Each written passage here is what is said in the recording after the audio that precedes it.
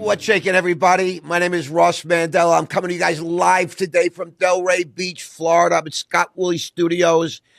And what a spectacular young man we're going to meet today. His name is Chris Naugle. I mean, he's done so many different things in his 48 years. He's a professional snowboarder, entrepreneur, financial educator, but he's a creator. He's a creator of what I would call sophisticated business opportunities. He sees things that the rest of us don't. And that means we have the privilege of introducing you to Mr. Chris Naugle. What's shaking, my brother? Not much. What an honor. Thanks, Ross. Appreciate that intro. You are really, we had a chance to chop it up for a few minutes prior to we went live here on the camera. And I'm blown away, bro. Listen, I'm authentic. I call him like I see him. I just had fun. And, like you had mentioned earlier, from a young child right to where I'm at today, I'm just a dreamer, but I'm a dreamer that never gives up, so that makes me a creator. And that's it. That's what I'm going to hang my hat on. Let me tell you the difference between Chris Naugle and the rest of mankind, most of the rest of mankind. There's a lot of dreamers. I have looked at mountains and said, man, give me a board. I'm going to come right down that mountain, and I thought about it. I watched it on TV. I'm like, whoa, I see the clips on social media, but you went and did it. Yes. I watched a clip where it was 55 degrees and you said, I'm going for a swim in this godforsaken rock quarry lake. That was this morning. I'm like, it would cost somebody $1 million to get me to jump in a lake when it's 55 degrees. It looks like an old rock quarry. They have to be $1 million, not 500 grand. They have to pay me $1 million, and I still might not. And I'm like, what kind of guy is this? One that leaps first, I think is maybe the word for it. It's just like, I was talking to my CFO today and, I told her the same thing. I went first and I swim a lot. I live in a beautiful neighborhood with a giant quarry in the middle. It's actually a cool story. In the 30s, they were digging, it was a rock quarry. They were digging and they hit a spring. They left for the weekend. They came back on Monday and all their equipment was underwater. And that is what they call the quarry?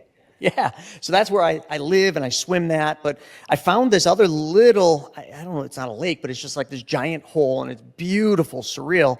One day I was running and I saw a couple guys swimming, and lo and behold, this guy that I know from the financial business, he said, yeah, we swim this lake over by Spalding Lake. I'm like, wait a second.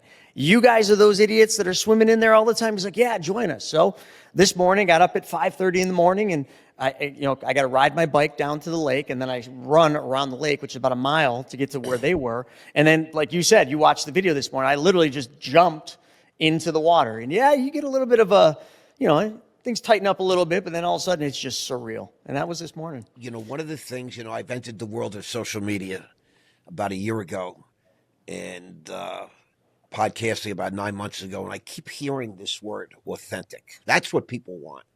They don't want to see the nonsense, you're leaning up against somebody else's Rolls Royce and you're at the private airport, walking up somebody else's private jet, acting as if, and so forth.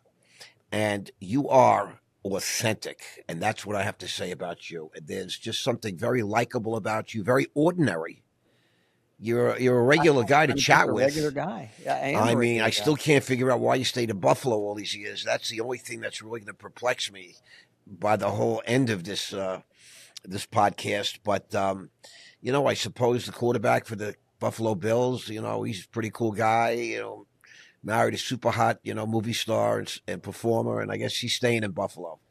Yeah, but I'm not staying here because of that reason. I have a beautiful wife and a beautiful 5-year-old daughter. But the reason I've never left, and I get asked this question all the time, is very simple. It's my mom, and we'll get into it in the story. But my mom always believed in me because I was that dreamer, right? So you always got to, just like Rudy, the movie Rudy, and I love Rudy. I got to meet him. But he had that one person that believed in him. Right. And that's all you need in life. And I had that one person. It was my mom. I call her the unconditional one.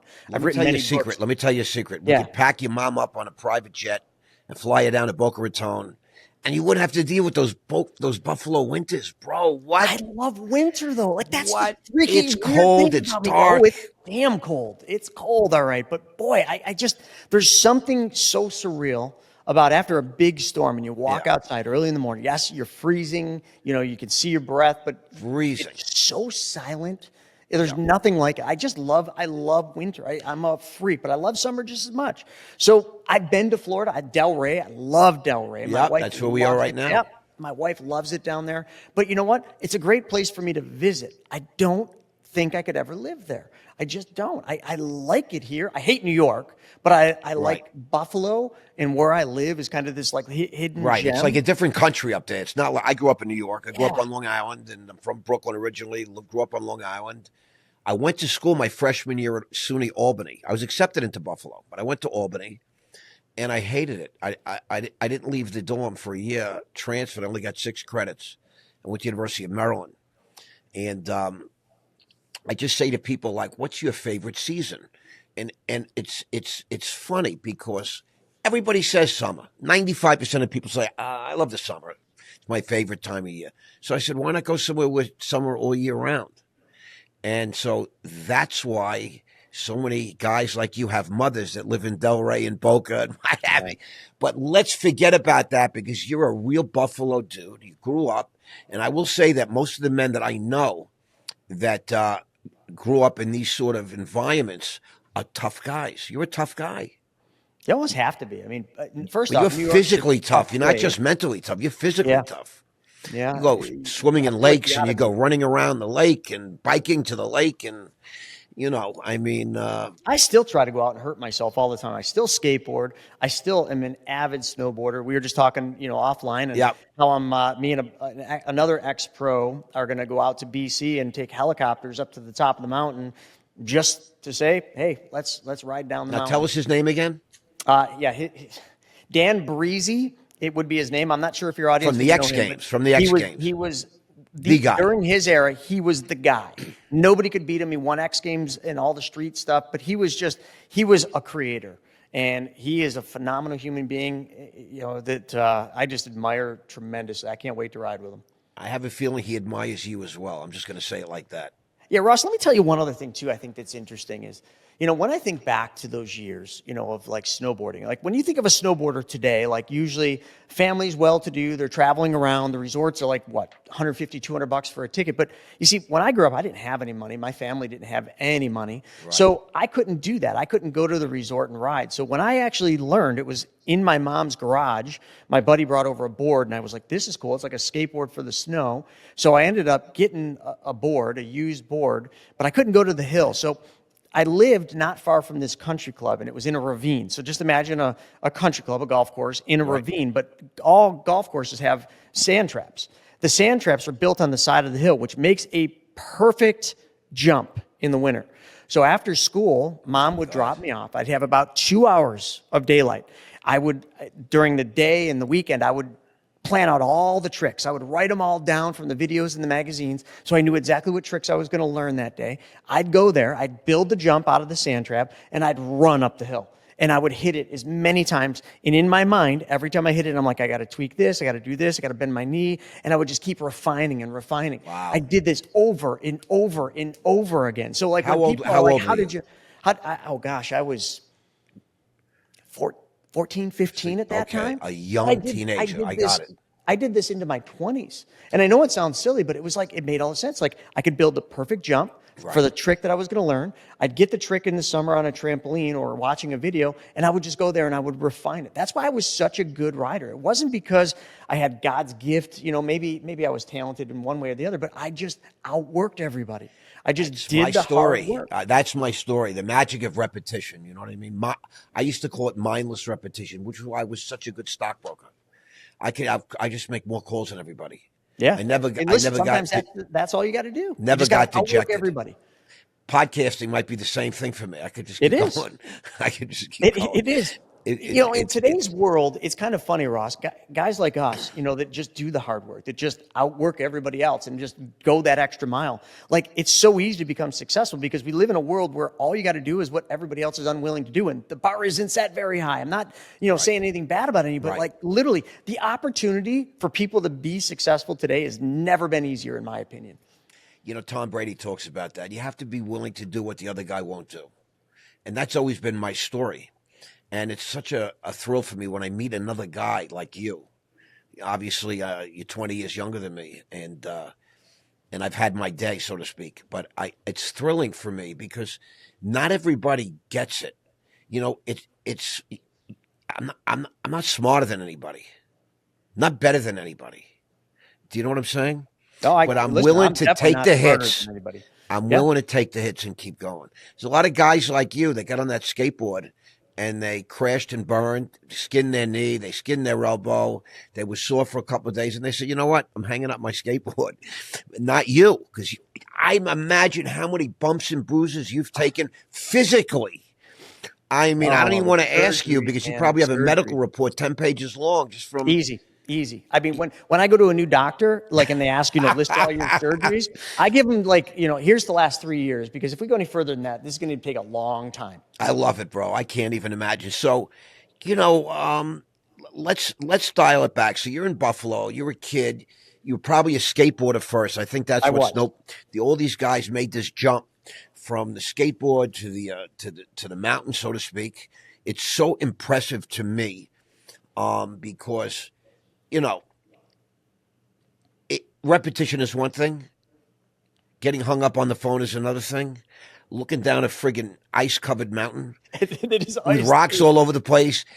There's a matter of big balls, Chris Naugle. I have to say, you got to be willing to say, like, why'd you climb that mountain? Why'd you go down? Because it was there.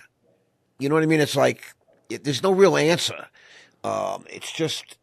It's something that the challenge is what enticed you. The And the thrill. craziest thing is, about that, like, you're not kidding about the ice. Like, right, we live on the ice coast, i.e. the East Coast. Yes. And, like, I never made it out west in those early years. So all I knew was literally a hill that was literally, it was just ice, rock solid. And jumps, the landings were rock solid. And that's what we practice on. That's what we would learn tricks on. And you eat crap when you're learning a trick. You bury yourself in the ground. And we just bounced off the ground. They don't talk West, about powder in Buffalo. yeah, the last couple of years, I will say we've had some nice POW days. Oh, okay. Season, but normally there is no POW. No. So when I first went out west, and I remember it was nationals, it was like sometime in the early to mid 90s. And I'm out there, it was Telluride. And I remember all these West Coast riders, like, they were complaining because it was raining down at the course, but up in the mountain it was snowing. And they were all out riding powder. I'm like, I got to practice. And they're just like, oh, it's all ice. I'm like, and Right, like, exactly. But they didn't know anything. They wouldn't even ride if it was icy, like what I rode every single day. They would, like, stay inside until the conditions were perfect. But, I recently heard Earl Nightingale say something, and he said, a ship that waits for perfect weather never leaves the harbor. I get that, my man. I get that. That's the story right there, man. It's just Yep. if you wait for perfect conditions, the perfect environment, the people that show up in your life, you're never going to leave the harbor. You're never going to get onto your dream and your journey. It's like building a company. It's like, if Exactly. you wait for everything to happen, good luck. You got to get out there and make it happen. And, you go left, you go right, you pivot, you take a step back, you know what I'm saying? It's like, Absolutely. if you haven't done it, you don't get it.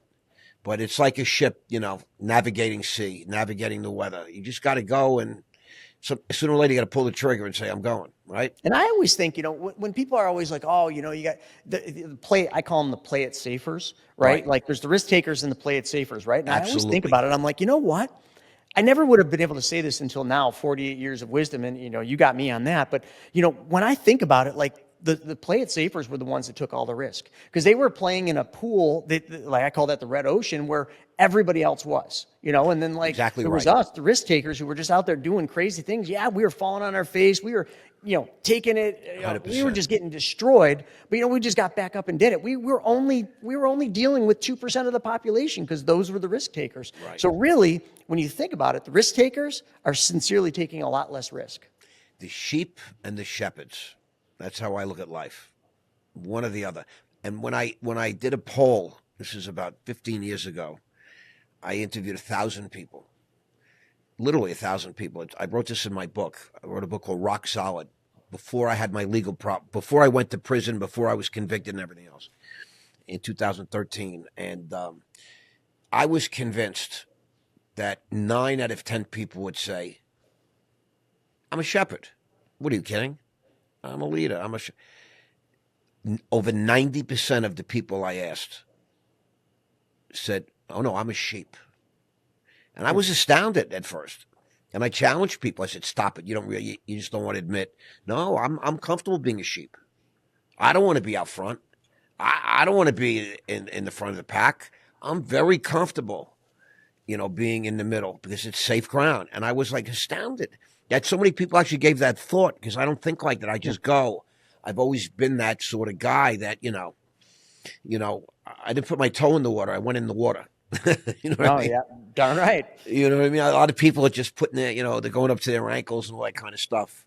But all right, so you're a snowboarder. You're in Buffalo, and you become a professional. So now you're getting paid, right? We talked about this. You're getting paid. Cameras are what years were that? That was at the 90s? Well, I was 19, so that would have been late 90s. Yep, late 90s, early 2000s. So it's before the huge social media. Imagine if there was today these guys are rock stars. Heck, I don't even think, back then, I don't even know if we had phones. Maybe pagers?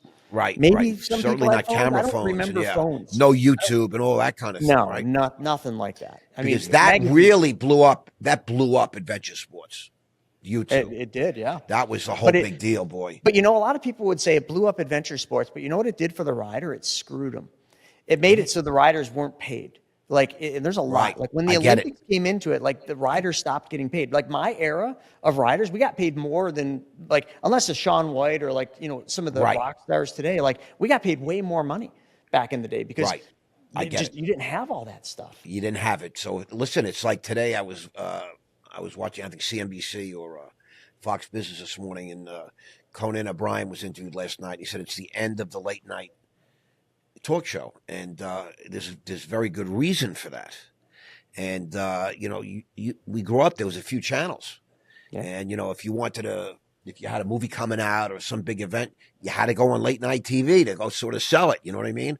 Today, we all have our own networks.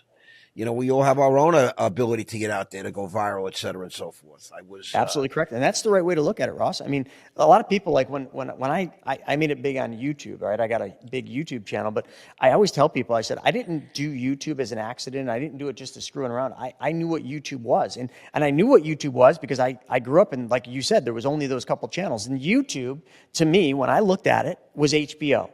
And I remember as a child, HBO had all the best movies. And the best movies were Paramount, Pixar, Universal. They were all the producers. So I just had to be the producer of my movies. And my movies just had to be entertaining enough to attract people. And then HBO, or YouTube as we know it today, would promote my movie. And that's exactly how I've built my entire YouTube channel, is on that premise right there. How many followers or subscribers do you have on YouTube? I think I'm at 75, 76,000. So that may not seem like a lot, but no, that's a lot. YouTube is the hardest platform to build, and it is 1,000% organic. And they pay the most. Oh, yes. Yeah. I've met guys that had TV shows that left television because YouTube was paying them a lot more money. Yeah, you know what I mean? Especially in the wealth and financial sector of YouTube, that's the highest paid. You get paid more per click than any other. The good news is that's my sector, but I'm just starting. But I see it, and I'm growing, and they give you the weekly reviews. It's exciting. You know what I mean? I made $11 last week. That was very exciting. Hey, listen, at least you made something. That's Bro, awesome. yeah, you can't make $11 million until you made $11. That's right. So, that's how I look at it. I'm just $1 closer. So I'm excited. Now, at some point, I don't even want to say, because I see you really never stepped away from sports, but you were a professional athlete. Mm-hmm. I'm trying to categorize you now, but that's how life is. There's a lot of blur and a lot that happen at the same but you're time. still an athlete. And however, you have become a money guy. Yeah. You are known for that. And that really tricked me when I saw, you're America's #1 money mentor. And I saw some of the things you were talking about today on your Instagram grid. And I was like, this guy gets it. This guy gets it. And you were able to explain it in like a 1-minute clip. Mm-hmm. Being your own bank, under the umbrella of a whole life. I did a quick story on that my guys made a post out of it, and I got 2.4 million views already, climbing. I got over 28,000 new followers on Instagram from this one post. And it's something you did much more elegantly than I did. Well, thank you, but I didn't get 2.4 million views. No, either. and I So yours don't was even, better. I can't even watch what I did. And I did it in my house on an iPhone 11 by myself. That just shows you how crazy it is. And now, right now, we're in a studio and all these different things, but I did it on an iPhone 11 in my house by myself with $100 fake brick wall behind me. And I got 28,000 new followers from it. It's just crazy. And it keeps going up. It keeps going. But it's basically what you discussed. So I know you didn't just become this guy, because that does take some financial education, being exposed to products, understanding, the value of compounding money, of deferred taxes or tax-free, you understand, umbrellas and all that kind of stuff. So at what point does Chris Naugle say, I'm getting older, I dig these sports, not enough money in it, and maybe I should pivot, and I'm going to become a stockbroker or investment advisor, financial guy? I wish that was. When did you become a suit, bro? It's nothing like that, I'll tell you that. All right, so I was living the dream, literally quintessentially the dream. I had my professional snowboarding career. When I was 16, I started a clothing line in mom's basement because I knew to be a snowboarder, I needed freedom of time. So I had to control that because working a job wasn't fitting. That clothing line turned into my dream to open my own shop. And that shop opened November of 1994. And it only opened, remember, back to mom. My mom, who had nothing except for the house we lived in, she got in the divorce. It's a 2-bedroom, 1-bath, 700 square foot house, just to give everybody relevance of what the house I grew up in. And my mom is still in that. You weren't a big shot. No. So she saw my dream almost die, because when I had this dream of the shop, I needed money to open the store in 94. And it was about 70 grand I needed. So I went out to every bank. I built a business plan, and I got told no by everybody in my family, no by everybody that I presented it to. But there was this one banker, and he said, listen, we could get an SBA-backed loan if you had collateral. And I'm like, what's collateral? I mean, literally, seriously, I didn't know what collateral was. He's like, well, something of value that's more than the loan. I'm like, okay. I got a KX 125 dirt bike. I've got a really sweet GT Pro Performer, and I got a baseball card collection. What do you say? He said, no, we're thinking something more like real estate. So when I told my mom this, she saw that this is it. The dream's going to die right here on this one thing. And she said, well, she didn't say and this is key. She said, well, we have the house. And I'm like, what do you mean? She said, well, they said real estate, right? She said, do you think they would take the house as collateral? And I said, I don't know, let me ask. They did the appraisal, it appraised just at about what we needed. So my mom put her house on the line so her crazy, at that time, 17-year-old punk snowboard kid could chase his dream and open a shop. So you ask me why I'm still in Buffalo, right there. That's why. She believed in me, so I got to believe in her, right? What a woman. Yeah, so I opened the shop. Shout out to mom. Big shout out to mom. Yeah, the unconditional one. So I'm running these shops, Fat Man Board Shops. I opened in November of 94, and I'm running this, and I'm snowboarding. So it was the perfect thing. And I did this all the way up, and I had multiple stores going at this time. Well, I'll never forget, I had just landed the day before from California for a trade show. I'm driving down the thruway, and on the radio, I heard about a plane hitting a tower, and then another one. And as you all know, that was 9/11. Oh, God. Yep. So I didn't know much about it, obviously bad, rough, scary, sad time. But after that came the recession, the dot-com recession. Now, this is the very first recession I had ever felt in my life. I didn't know the impact of a recession. And, it's kind of funny, parallel that going up to 2025 where we're at, there's a lot of folks, 38 years old or younger, they've never felt the impact like we have of a recession. So that's 08, 09 was maybe too big to I'll get to that one. But I went through it in 87. Yeah, so I was ready for 2000. But there's one coming. You know that. There's another one coming. But I know there is. I know, and I talk about it a lot. And that's what I was kind of prefacing. People just don't know what's about to happen. But we do. Anyway, nonetheless, I'm back then when I didn't know what was happening. A recession hits. My business drops 30%. I can't make my truck payment, which was $199 a month. I needed a job. So I put my one-page resume out there because remember, I got no real formal schooling, 2 years of community college, a high school degree, and a business owner. That's it. And a professional snowboarder. That was my resume. Right. So the only places that responded were Wall Street firms. I got 2 firms that responded back, both of them in New York City. And I'm like, I don't want to travel. And they're like, no, we have an office in Buffalo, the other one an office in Rochester. So that's how I entered the financial advisory world, is not because I wanted to, but because I had to. So I thought it was going to be a temporary thing. I took the job. I had to put a suit on, and that was the most foreign thing I've can't even ever imagine. done. How old were Well, you now? How old were you at this I would time? have been 23 years old at that time when that would have been 23? 2003. It's 23 when I entered. So you're still a professional snowboarder. Yeah, still professional snowboarder, still running the shops, but now I'm not working in the shops anymore. I'm actually just working on them, and I moved my guys up to management, and that's when the stores really started doing good. And also, I started doing good because now, like, I'm actually making real money. You know, first year 74, and then I was in the 6 digits second year, and in the rest of my career. But And you were Series 7?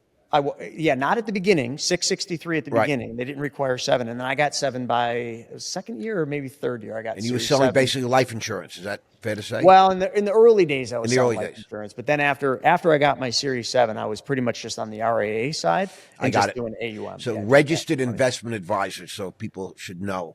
Yep. The Securities Act of 1940. And that would have been those early years of, we were slinging back then, gosh, we were selling mutual funds, we were selling variable annuities, we were selling variable universal life, all things that Whole just life, blew up term during life, all 2008. Yeah.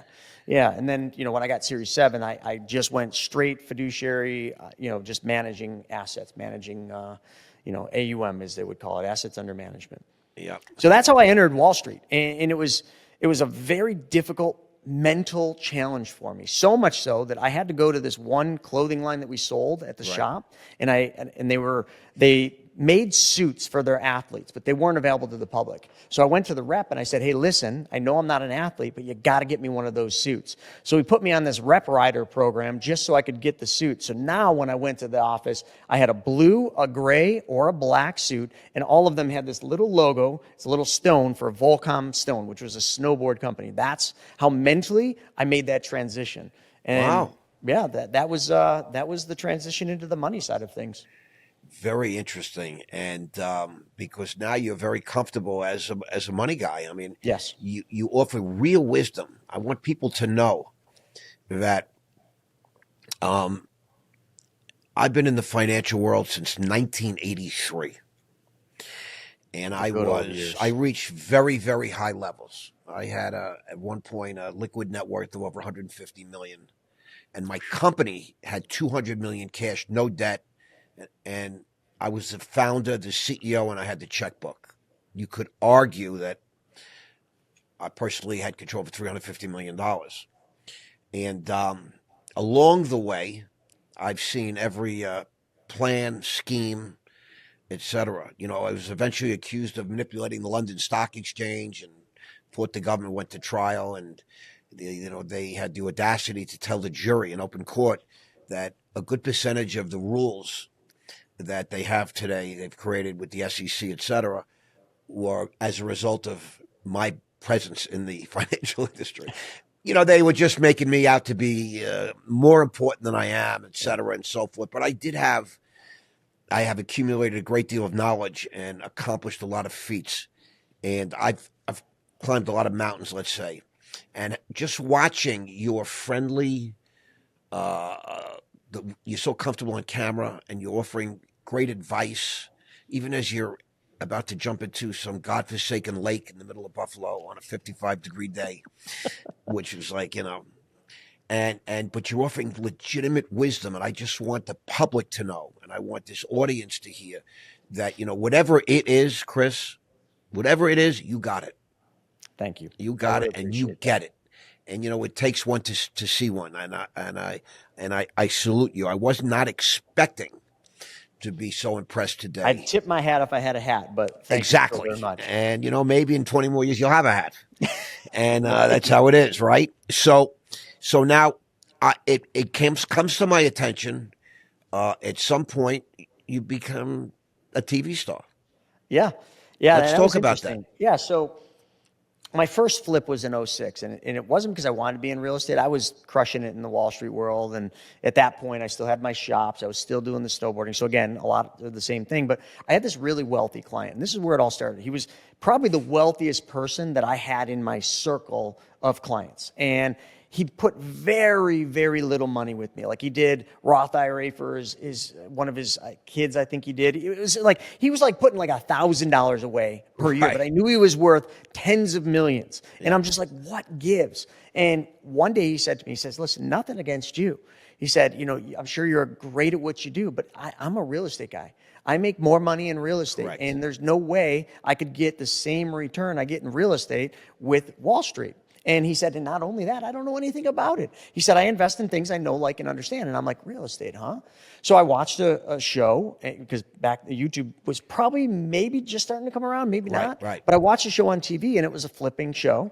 And I'm like, that was cool. Wow, 22 minutes. This dude just made 40 grand flipping a house. Right. Let me try that. So I did my first flip in 06, did another one in 07. Explain what a flip is. So you buy a dilapidated house, and essentially, that's what I bought, a dilapidated farmhouse. Like, it needed paint, it needed roof, windows, everything in the house. It's a wreck. It was a train wreck. Nobody had lived there for 5 years. Yes, that's why you can buy it at a price. Right. Yeah, it's all, making money in real estate is quite simple. It's all made in the buy. If you overpay for a property, you're going to have a hard time making money. But if you buy it right and you're patient enough to find the right deal, you'll make money in real estate, and you can stumble your way through it. But correct. Those stumbles are hard. So that's what got me into real estate. But what ended up happening is in 08, my lease came due on one of my retail locations, and the landlord jumped my rent. And I'm like, piss on this. I'm not doing this anymore. 2 buildings down was this dilapidated brick paint store, and there was a big sign out front for sale. So I inquired on it. It was like 300 grand, talked them down to 250, made the deal, didn't have 250,000 bucks to buy it. But I knew that if I went out there and I tried to raise it, I had the deal. It was a good price, and I had a plan. So I ended up raising money from hard money lenders at, I think it was like 17%. But I got the property. I started the work on it, had a GC. Everything is going great. I'm going to take this dilapidated paint store. I'm going to turn it into a 3-unit strip mall, and the main store is going to be Fat Man Board Shop. So it was owner-occupied use. So great plan. Hopefully, all of you were paying attention to the year I said I did that. Oh, wait, boy. 2008. Damn. Right before the hammer dropped. Too big to fail. They're too big to fail. Oh my gosh. It all came crumbling down.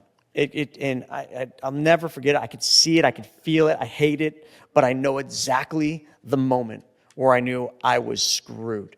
And that moment came when I had just enough money. I'd already exhausted my 401k. Exhausted all my life insurance policies. Like, I literally had just enough money to make one more payment to these hard money lenders. And after that, it was game over, because my retail store was so down that it wasn't making money. Well, everything failed. Advisory business, holy crap, it flatlined. Literally, like, everything failed. Flatlined. Every bank failed. They literally failed. They never admitted it. Like, I didn't know what I was going to do. I'm like, I'm going to lose it all right here, right now. I mean, I was destined to lose it all. So I went to the only thing that I knew to do, and I was my girlfriend, who had just moved into my house. Now, she had a bank job, but she was working loss mitigation, because after that, they had to start taking the houses back. So she was working there. She had job security and made 40 grand a year. And I sat her down at the house and I said, sweetie, I need your help. Everything's really rough, but I need your help paying the bills here. Could you help with the mortgage? Could you help with the utilities? And by the way, the only way I'm going to be able to keep this house is if I move Pete and Jess into that bedroom and I move my other friend upstairs. Almost as if she had just moved in, almost as if I gave her an ultimatum, like, any questions? So she did. That's my wife now, but she did. She helped me pay all the bills. It's the only reason I didn't go bankrupt. What a woman. Yeah, so I took all the money that I would have made on those bills, and I just barely squeezed by, got the plaza done, moved my store into it, and, then I rented the other 2. And it was, you have to really believe in faith and God, at certain points like this, and I always have. But, like, right at the nick of time, I got a bank that took out those hard money lenders in a time when banks were not lending. Ross, you know that. There was not a bank out there that would lend money. But I got this guy, Greg, who found a way to get me the money I needed for that strip mall. And I remember he said, you need 80% occupancy, and I didn't have that. And I had this vanilla box, like, spot that I was trying to rent, and I ended up renting it to this guy, Kevin, who owned this used video game store. I was like, that's weird, called Oogie Games. He went on to do tremendous things, sold it, but it was kind of like GameStop. Yeah. But he took that space, I took that lease, and that's what got me that takeout financing. And that's how I made it through that. So I entered real estate in a weird way, but after the Great Recession, it created a great opportunity. I was reading a lot of Warren Buffett stuff, and he was always like, buy low, sell high, and don't lose money. Well, real estate crashed after '08. So what did I do? I started buying real estate, right? I took every nickel and penny I could put together. But I mean, I was buying like 8-unit apartment buildings for like 80 grand. I understand. Now I know 100%. Anybody that's listening is probably thinking, well, it's all relative to where you're at. Hold on a second. 8 units for 80 grand. I don't care if you get out of your car and you're getting shot at. That's a good deal. And it wasn't that bad. So those are the properties. And I got up to people don't have to understand, you don't need to put down. So let's say it's 80 grand. You don't have to come up with 80 grand. 15, 16 grand is 20% down. Closing costs $1,250 on you, and you're in. Exactly what I was doing. As long as you can show some. Yeah, I mean, it's opportunities like that come only every 10, 20 years. I mean, I think we're probably headed for that. Mm-hmm. I would agree. I see a real boom coming because of interest rates. If Powell would play ball with Trump, but he's not going to because he wants to engineer something politically detrimental to Trump, in my opinion. I agree. I think the same thing. And then we got a big problem because we've never paid the bills for COVID. This country just printed money, was closed for years and years, and it creates issues. People don't understand this. Economics are involved, and they just focus on small things, and the headlines are really distractions from what's really going on. Essentially. So whatever the headlines are, they're just trying to distract, deflect, keep you busy, so you're not really focusing on some real shit. But it's kind of funny how every day in the headlines you hear about how the markets are making new highs. I mean, today alone, markets are making new highs, except for NASDAQ because of Nvidia. They're all making new highs. All making new highs, but like go out on Main Street, just poke around, folks. Correct. Like people are struggling. I see it firsthand. Like I talk to 100 people plus a week. People are struggling. So you tell me how we're at all-time highs, but yet the average person can barely afford to put gas in their car. If you own Nvidia and you own Palantir, you're making big money. Yeah, but I mean the Magnificent Seven. That's it. It's holding up. And when they turn down, there's going to be real problems. But it's gonna happen. It has to happen. But the thing is, here's my only thing, and I think I'm qualified to discuss this with anybody. You have a president for the first time that gets it. He's a real estate guy. He never understood the stock market. His whole first term, he didn't really get it. For the first time, they all figured out that the stock market is a political barometer. And if he lets that stock market go, this country's really toast. And as you know, it looks like we're going to have a socialist mayor in New York who's an anti-Semite, who's an anti-American. I can't even understand how that's humanly it's been engineered. This has all been engineered over the last 20 years. This is not an overnight thing. This was all part of the 9/11 doctrine that America's got to be. It's like Rome. No, Rome defeated the whole world. Yeah, their armies were invincible, but you had to destroy Rome from within. And that's what has been happening, with all this craziness with the genders and, free sex and transgenderism for children. I mean, just the craziest things that were going on in this country. Open borders, murderers, rapists. Let them in. Yep. Well, no bail. We're not gonna hold them accountable. I mean, just it's so obvious to me. What was done. It was all intentionally done. Everybody's on the take in Washington. And I can confirm that because I bribed Republicans and Democrats when I was an active business guy 25 years ago. And, hopefully that we got a serious group of men, businessmen now, that understand the markets, finances, and everything else, running things. And they're going to try and salvage it. But in order for a market to go higher and higher, sooner or later, it's got to back and fill, if you know from the charts. It has to. Yep. And that's healthy. And even when you're snowboarding, you can't go straight down, right? You have to, It's healthy to take a couple speed right? You checks got every now and to. then. There's no way. There's too much inertia one way or the other. But I like that analogy. That's good. so you recognize that Risky Builders, was that your show? That was the show. Yeah, 2018 we aired on HGTV. It was fun. It was me, my wife, and one of my buddies who was an ex-pro snowboarder as well, Blair. Wow. All three of us, and it was. And now this is the show. wife that sort of bailed you out in the Too Big to Fail. Oh yeah, yeah. You had a bailout. There's only been one wife in my life. Mrs. Naugle, not the Mrs. mom. Naugle. Yep, Larissa Naugle. Yep, she was the girl who paid the bills in 2008 and into 2009, and she's now my wife. The mother of my daughter. Yep. That's so nice. You have one daughter? I have one daughter. Yeah, I have two daughters. It's great. it is amazing. Men like you and me, if you have 20 more kids, they'll all be daughters. I want you to know that. I'd be okay with that. Me too, but I'm just saying that's the wisdom I'm offering a younger man. Guys like us make daughters. It's just the way of God. I would have it no other way. Strong, intense. My daughter young is women. a strong woman. Holy crap! I saw her I do a feel little. bad for the man that I gets saw her hurt. the little tricks where she's climbing up your leg and all that kind of stuff. Having two daughters, they're now 25 and 22. My daughters are just they eat people alive. Yeah. You know what I mean? I would have to believe Vivi's going to be exactly the same. Based My on youngest how she daughter is now. started law school yesterday, first day. Wow, good for her. She's been preparing mentally for like 6 months. You know what I mean? It's like all the things that you told me before we went on the air that a professional snowboarder considers when he's facing a vertical mountain, that's maybe 12,000 feet straight down. It does. You don't just get up there, get dropped off by a helicopter and say, "Let me give it a shot."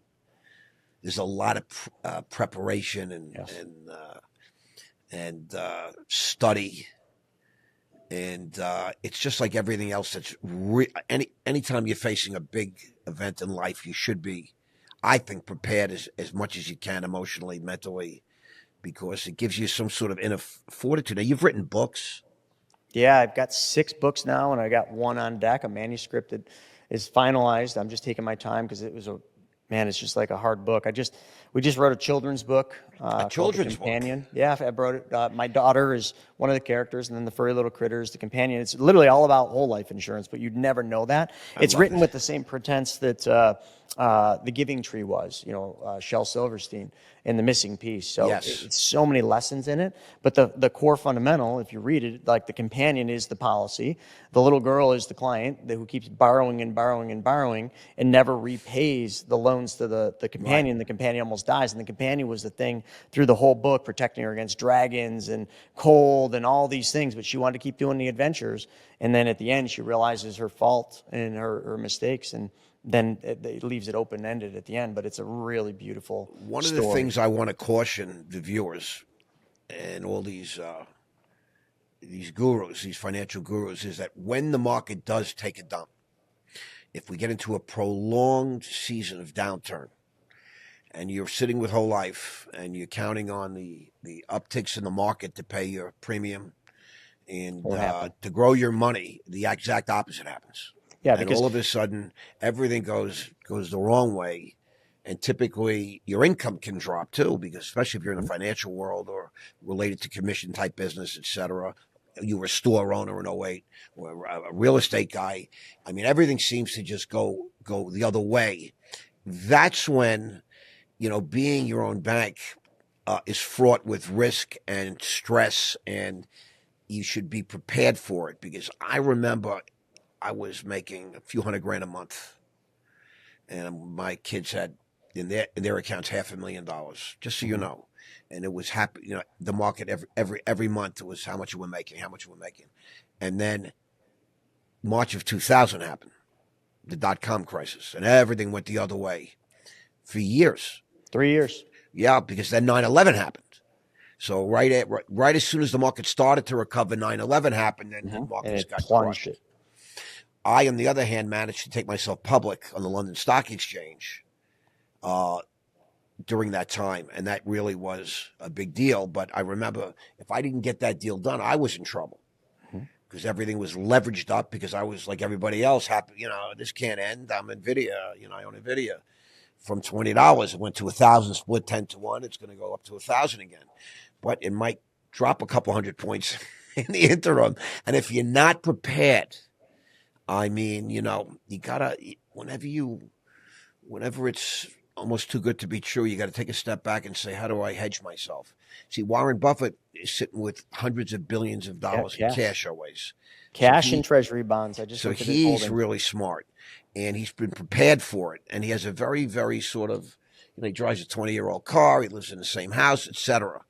So he doesn't get caught up in a lot of the things in the material world that guys like I get caught up with. And even to some extent, you expanding in business, doing this, doing that at some point. Yeah, and I got a Porsche collection, but I don't really right. make that public. But you know what I'm saying? Reining things in at some point.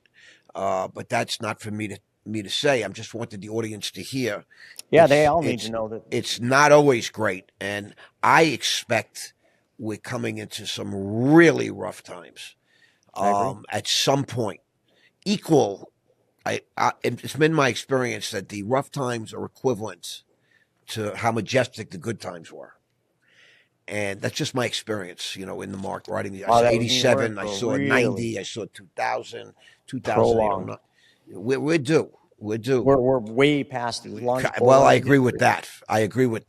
But I also agree with what you were saying about getting prepared. I mean, listen, you got to be prepared. Anybody that follows my stuff, they're probably sitting there be like, I got it wrong. Because I'm always saying, sit on a lot of cash, pay off your debts, use be your own bank to pay off debt, not take excessive risk. Correct. Everything is just risk averse. I am, I'm risky in my life with snowboarding, jumping off cliffs and, swimming and all this stuff. But in my financial life, I'm about the most boring investor you'll ever meet. I only invest in things I know, like, and understand really well. I love cash. I sit on way too much money in long-term treasuries right now, but if you understood the inverse relation between interest rates and treasury price, you'd understand why that is.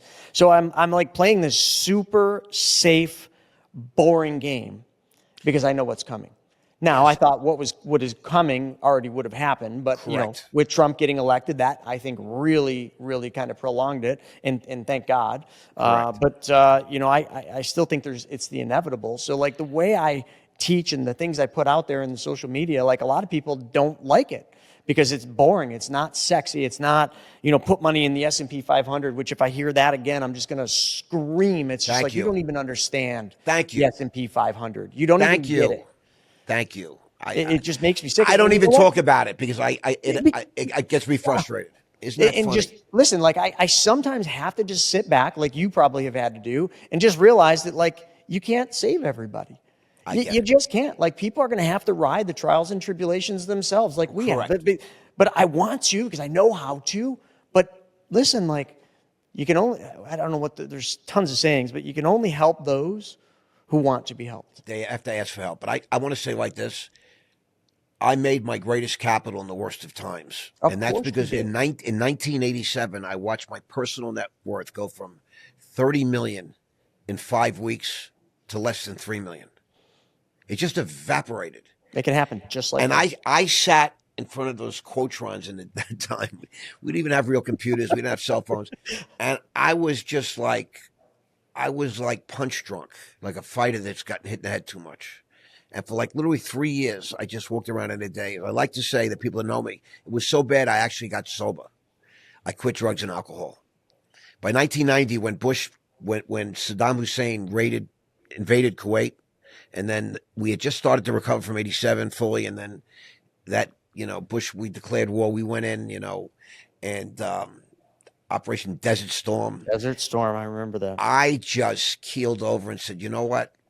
I can't even, it's either do my taxes or go to rehab. That's how bad it was. I went to rehab.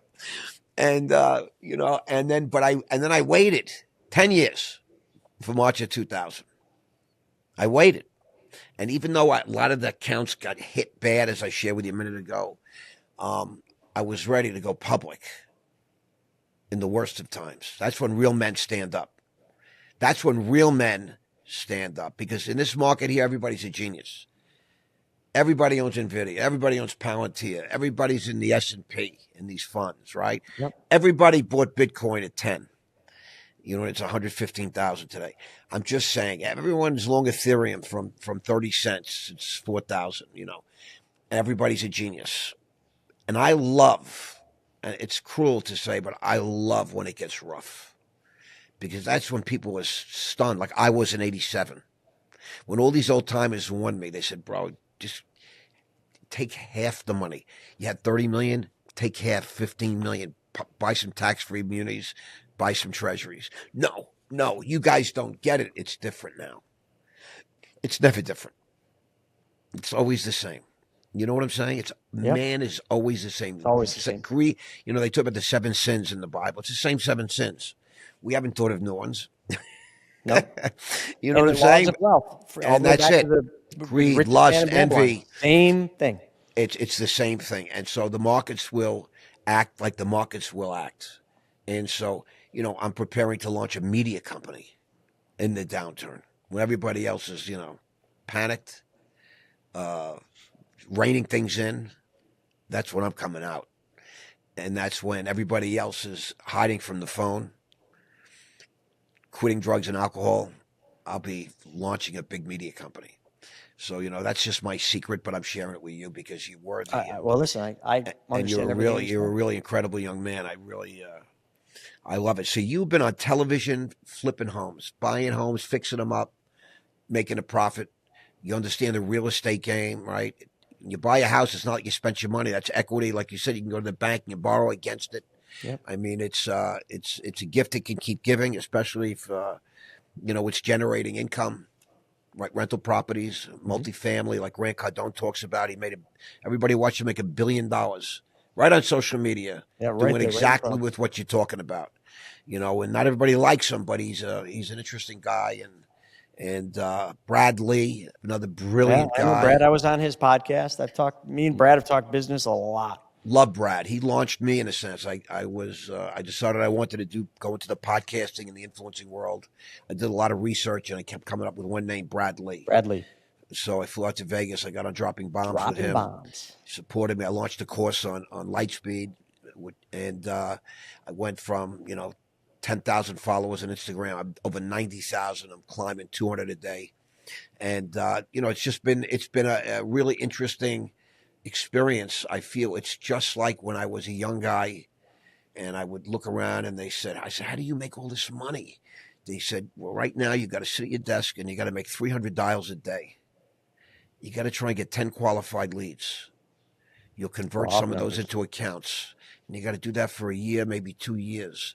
When you have 100 accounts, 200 accounts, you start second trading and third trading, developing these accounts. And you're going to have a couple of guys in there that are like your real estate guy that worth tens of millions of dollars. And you're going to learn from these guys and you're going to cater to these men and you're going to build these relationships. And before you know it, you'll be doing 20,000 a month and then 50,000 a month. And, you know, if you follow this program, you'll be earning 100,000 a month. You'll be a millionaire.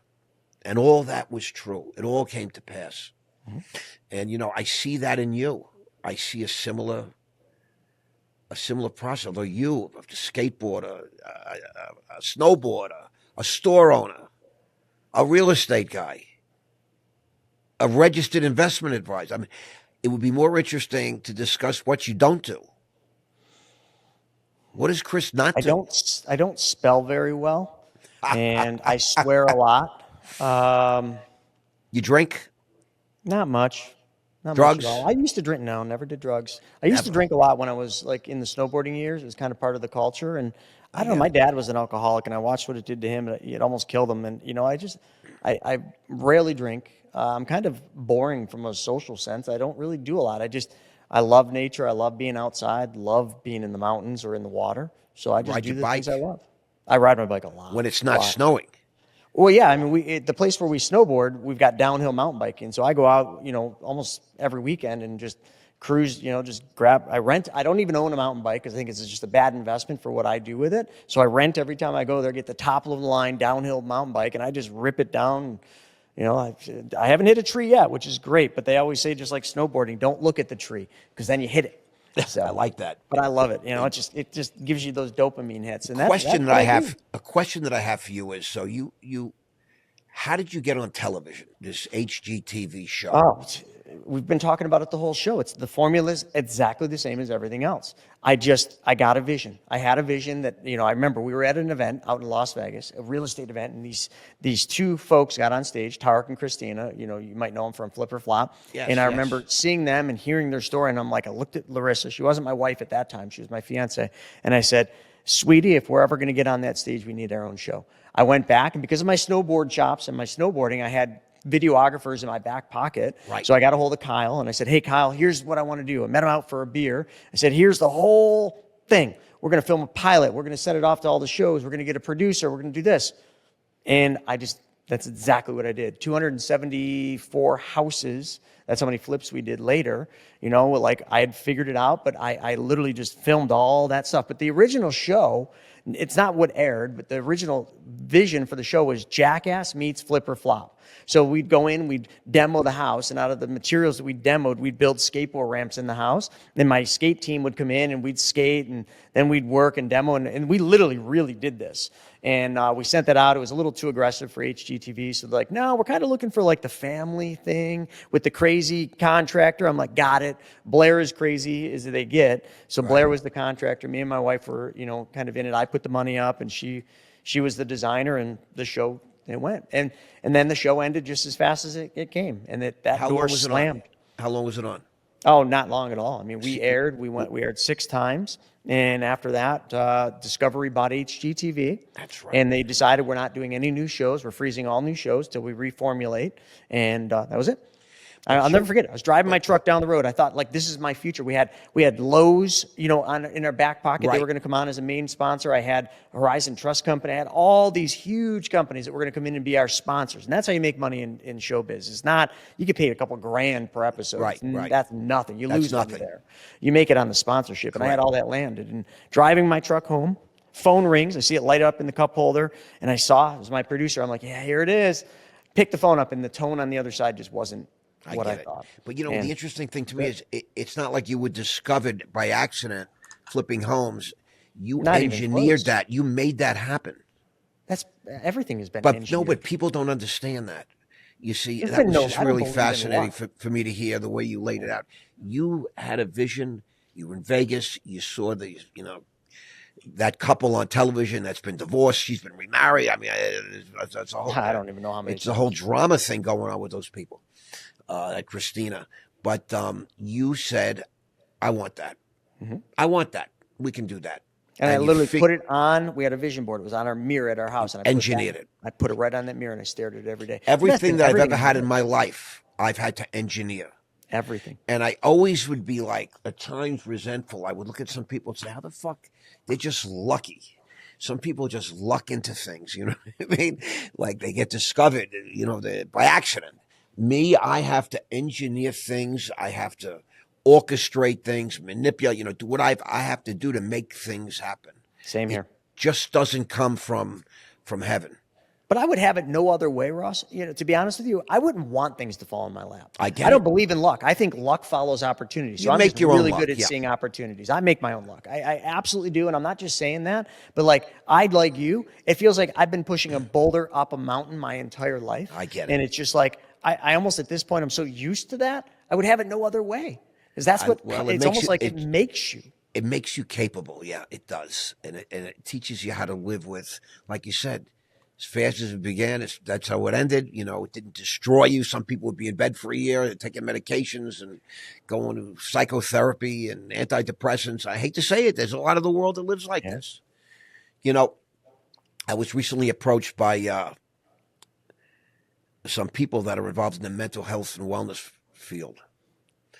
And I had no idea, really, what a huge epidemic mental health has become in this country.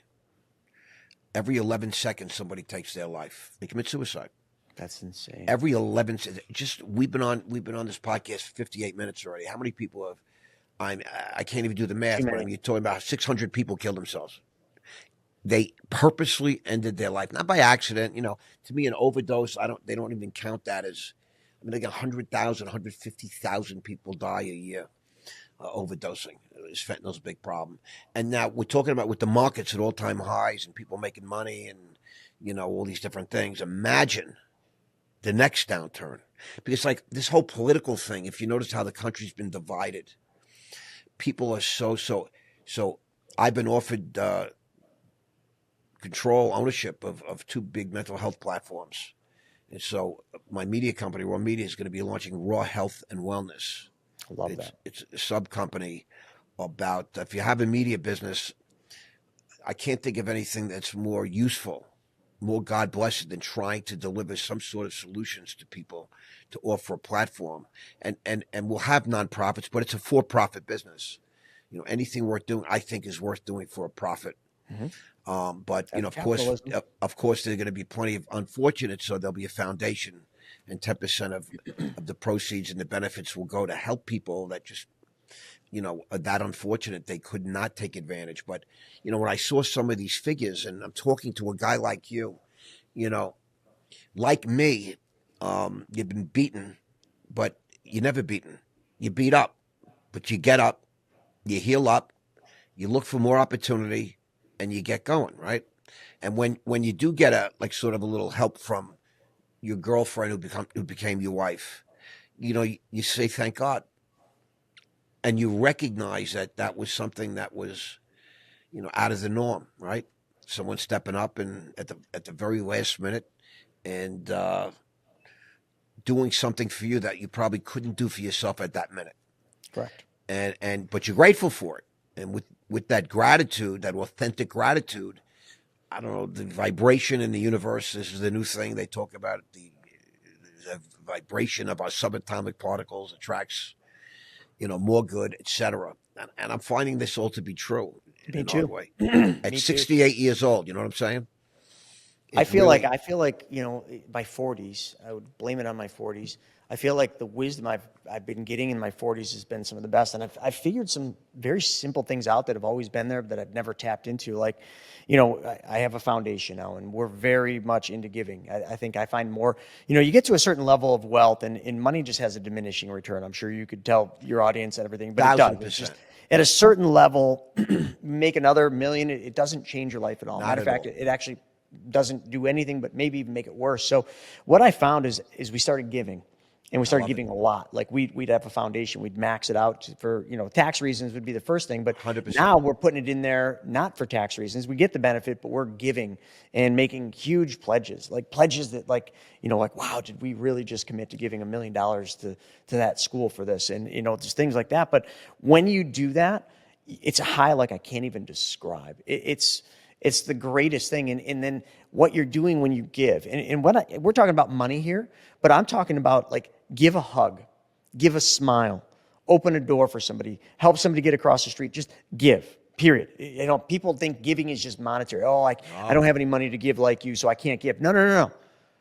You could do far more than money could ever buy. Just go out there and give somebody a hug, give somebody hope, tell somebody that all it is just a simple switch of their mind, like whatever it is, give. And when you do that, this is that foo-foo stuff some people would say, but when you give, the universe has no other path other than to give back. Right. Now, the give back is the tricky part, because if you give just to get back, then you defied the law, and that universal law shuts down. But if you just give, it always comes back to you. It's funny, you know, I started learning this probably 20 years ago.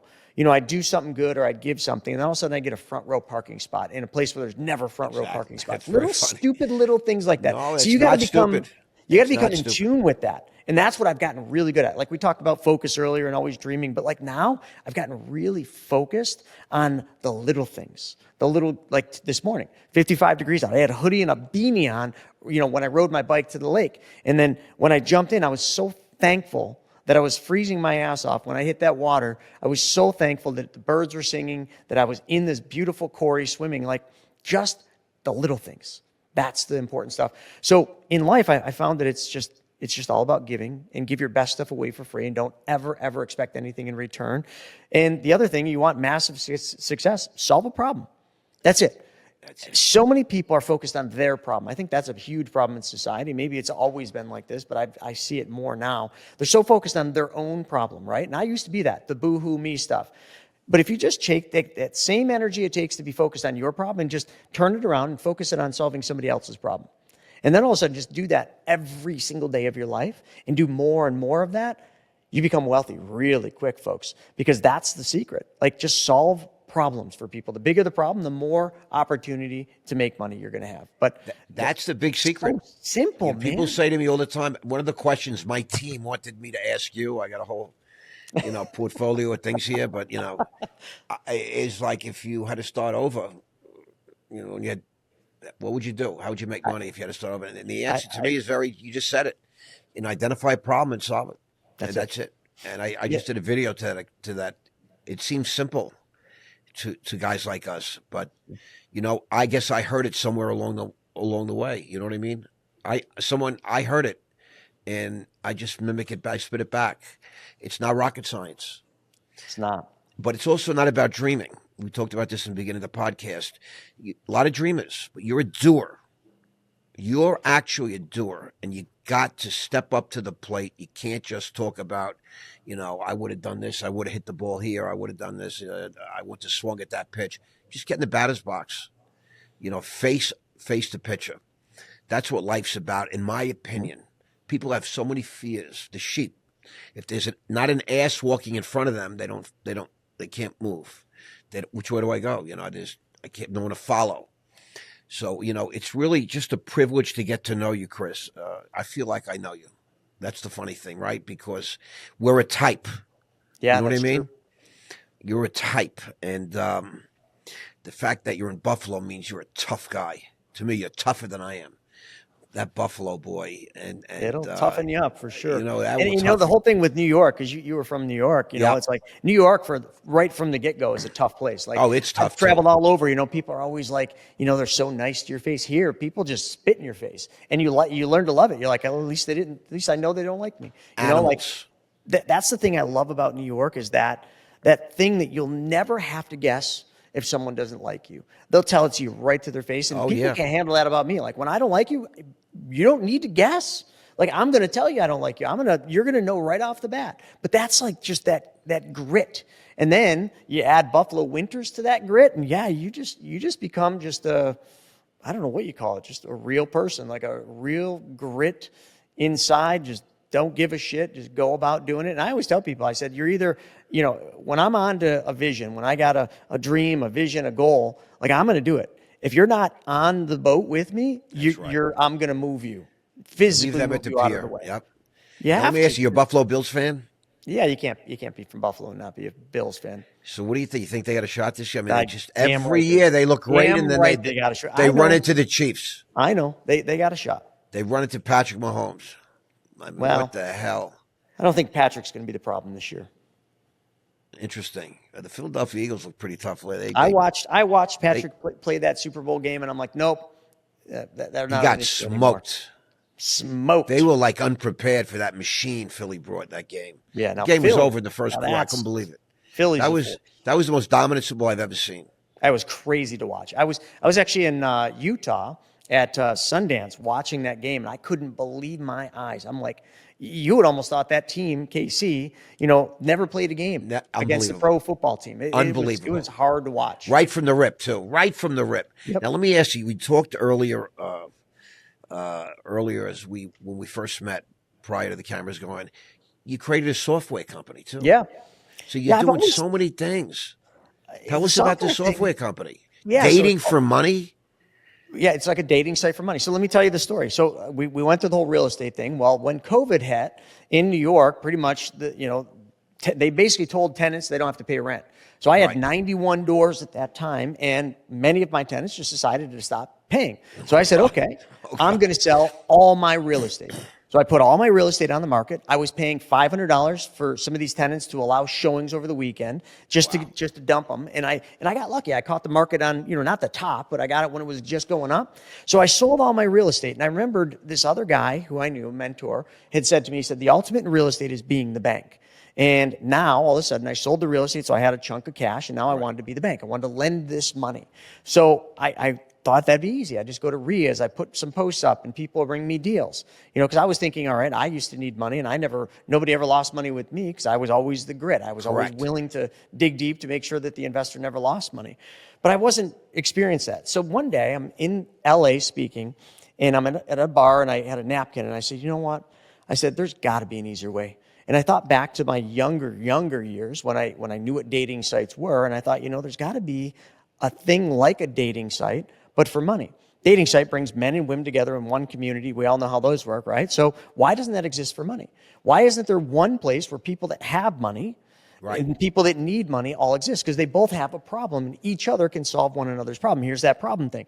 People that have money have a problem. I don't care how much they have, they want to make more. That's their problem. Correct. And people that need money, they have a problem. They need money to make more. So people that need money can solve people that have money's problem. That was my whole concept. I drew a circle. I said people with money on the left, people that need money on the right, and in the middle of the community. So I'm going to create the community. I'm going to create a digital community, a dating site and I literally modeled it right after Match.com. Exactly all the same things, the same swipes, the same feels, and we basically created privatemoneyclub.com. Today it is the largest true private lending community in the United States. There's almost 10,000 members in there, hundreds of millions of deal flow that have happened. Wow. And the best part is we don't get in the middle. It's an open community. You can join for free. And the hardest thing when I did this, because that leap thing, right? I get an idea and I just go for it. Right. But then I realized, holy crap, every state has different regulations of how this works. One state, if I'm charging people to be part of this community, because it was going to be a SaaS, they say, okay, you're going to be a mortgage broker. Oh, another state says you're going to be a real estate broker. Correct. Another state says you're going to be an RIA. So hence why I started another RIA is I just said, all right, fine, I'll create an RIA. Okay. Yep. So you see, with the community, it was direct to deal. So we figured out the path through all the regulations is just make the site free. Make it free to everybody. Everybody can post their deal. Everybody can lend on the deal. But then there's paid options that give you additional services, like additional storage for more photos, additional nurturing sequences, additional notifications. So all those things you pay for that. But then I said, you know what? The only problem with the site is people that have syndications or private funds, they can't post their stuff because it's SEC.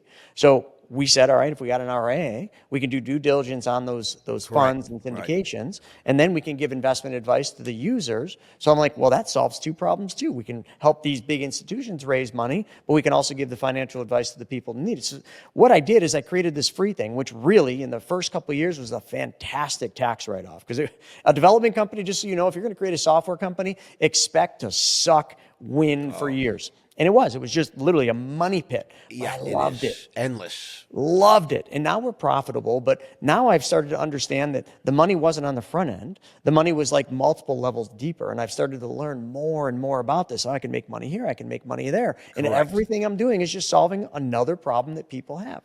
So that's my software company, and I've got two now. I've got another one called The Vault, which is more on the BYOB, the Be Your Own Bank stuff. Right. So we're building a software there that's going to completely turn the infinite banking community upside down and literally set a standard, because it needs a standard, where the software that we're creating will be the baseline, that you will not be able to operate in that community, in the infinite banking world, without this software, because it's going to aggregate and bring everything together with the insurance companies. It's revolutionary. We launched that in October. I'm so excited about it. Just be careful, because with advent of AI, it's going to change a lot of different things. It's all AI driven. Everything in our site. And the quantum is coming. The quantum I don't even know what to think of quantum. It's coming. I watched Terminator 2 one too many times as a kid to really feel comfortable right now. The quantum is literally upon us. The next 5 years, it's going to change everything. Well, I got to exit. I'm building that company to exit. So I got 3 years. I love maybe not even to get out. I get it 100%. I'm building my media company. We have 3-year window because of it's going to be regulated. This is unregulated what we're doing today. I love this. Mm-hmm. If we're on television, we have regulators, censors, all these different things. I never want to play in a regulated arena ever again. I don't. I spent my lifetime being told what I can say, what I can't say, what I can charge, what I can't charge, how much I can make, how much I can't make. Never again. For my exit strategy, I'm willing to accept that regulation, because it's going to be sayonara. I'm already 68. You know what I mean? I have a short-term plan. God, we are very similar. That is crazy. But we didn't talk about that behind the scenes before we went live with this. I've taken over 100 companies public. I did not know that. Yeah. According to the United States government, maybe the most in history in federal court. Yeah. And it manipulated the entire London Stock Exchange. And I did it legally, properly. They came to my trial and said Mr. Mandell acted within the law. no complaints against Mr. Mandel, but a couple of prosecutors in New York, they said, I'm guilty of violating American securities law. While I was in England on their stock exchange with no American no American investors. It's just like what Trump had to deal with. Yeah. 78-year-old guy, ex-president, billionaire. All of a sudden, he's charged with 92 felonies. They showed themselves openly how corrupt these judges are, the system is, etc. They coined the term lawfare. I was saying that was happening to me 15 years ago. No one really understood that, but because it was still behind the curtain back then.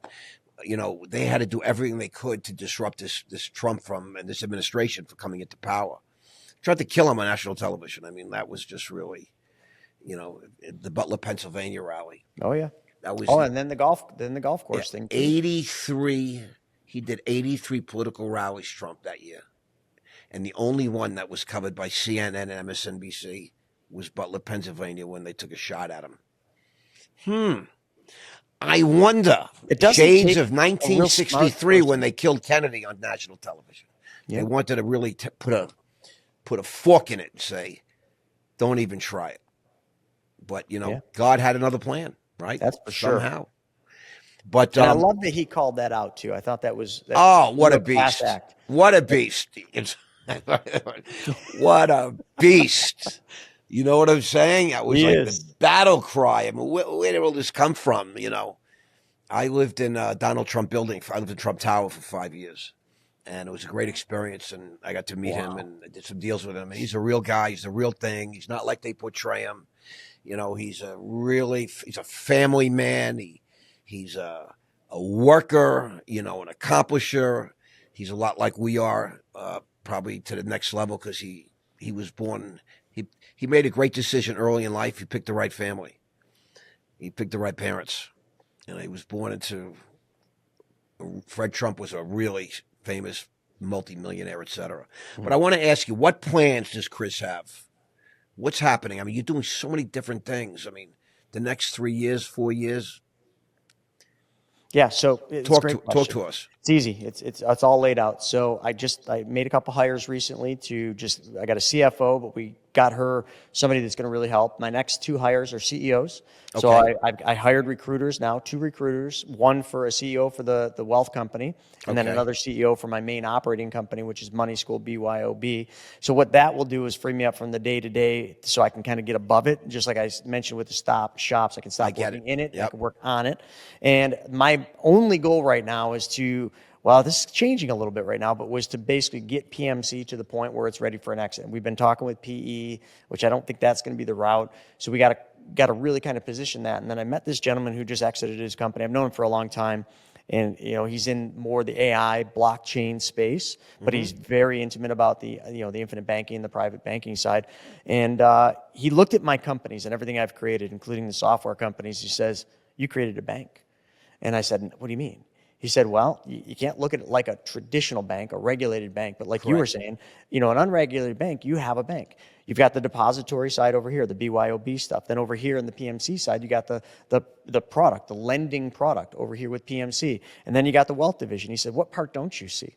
He said, "The only thing you don't have is one thing bringing it together and all the technology that's required from the AI and the blockchain and that." So now what we're doing, we've engaged him for 3 months to kind of look at everything because there's something I'm missing because I'm too far down the rabbit hole. So in 3 months, he's going to formulate the whole SWOT, the product development stuff that we need to do and everything, and basically say, here's what you're missing to kind of bring this thing full circle. But with the new laws that just went into force, now where banks can kind of hold stable coins, but most banks have too much legacy software and too much legacy built in that they can't create what they need to get compliant. What you're just saying is unbelievable. That's so I talk about media. I talk about legacy media, all the issues of legacy media. This will be the first podcast I'll ever say this. So what we're literally going to do is create the mechanism for exactly what banks will need for the next generation, like with the digital generation, the stablecoin generation. Yes. We are literally creating a bank that the banks will have to buy us in order to be compliant with everything and get to that next level. So that's what we're creating. We're literally building a bank, but not for you, or anyone listening to make deposits into this bank, but so that we build the bank that another bank will gobble us up, and they will. It will be cheaper and easier and more efficient for them to acquire you, Right. than to I've try had, and duplicate what the heck you're yeah. doing here, because So the one 4 thing years banks ago, have, they have the buying power. Yeah, 4 years ago, just like Jim Carrey, I made a deposit ticket out when I started PMC for $350 million. It's never left my wallet. It's been in there. And I put $350 million into the universe on a daily basis. I stare at it every day when I'm on PMC. That's what I'm selling for. Now, this guy that's coming in looking at this, he says, you're shooting way too small. You're talking billions. I said, listen, $350 million. And I'm sailing away. That's your number. That's and your then, number. And then when, the funny thing is like, oh, what are you going to do with $350 million? Well, same thing Warren Buffett and everybody else did, because that's the only thing you do. You give it away. You give it all away. And then you just keep creating and you just keep formulating. But that's going to be what I'm going to do. 3 years, I will have exited. And I will have taken that money, done lots of really good for humanity, a lot of donations, and then I'll be on to the next thing. I'll never stop, because that's just who I am. Like, people are like, oh, why wouldn't you just take a break? Well, I might go surfing for 2 weeks or something, take 2 weeks off. But after that, I'll be right back in the saddle, just creating the next thing. I've retired twice, and then the government tried to retire me. Then the Retirement government tried means to retire death me. to me. Like, that's the day I die. Because there's just nothing to do. Guys purpose. like you and me, we need some sort of purpose, some sort of project, something. I mean, and business is something that gives us that high, that burn that we're just not getting so much from physical activity anymore. You know what I mean? It's purpose. It's all it is. It's summed up with one word, and it is a purpose. I have watched so many people make tons of money, and then they hit the golf course and they retire and they do that, and you know what? They're miserable. They become turnips. They become vegetables, really. Yeah, somebody said to me that I live my life very intentionally, and without that intention, there is no Ross Mandell. And I want to say that with Chris Naugle. I see that you live with intention, and you don't do it intentionally. It's either something that you, like I said earlier, whatever it is, you've got it. Yeah, whatever it is. Yeah, I don't know what it is. It's so great to meet you today, Chris. I feel like it's a privilege. I thank you for coming on my show, and I just we're gonna see, and I expect great things from you. Forget about what the world thinks. I expect great things from you. Thank you. Thank you very much. I expect the same of myself. So I think we're thinking the same way. Amen.